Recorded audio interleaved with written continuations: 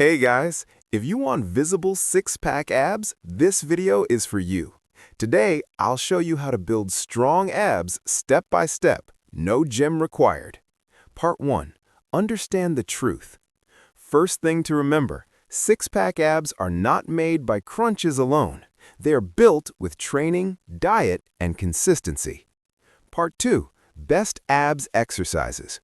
Do these exercises 3 to 4 times a week. Plank, 30 to 60 seconds.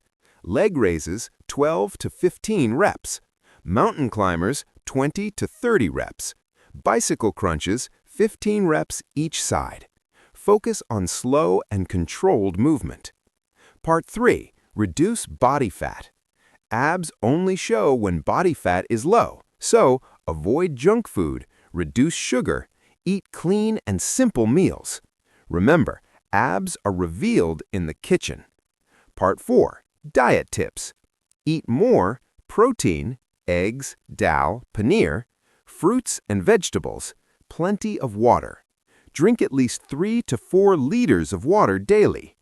Part 5. Consistency and rest. Train daily, but also sleep 7 to 8 hours. Muscles grow when you rest. Outro.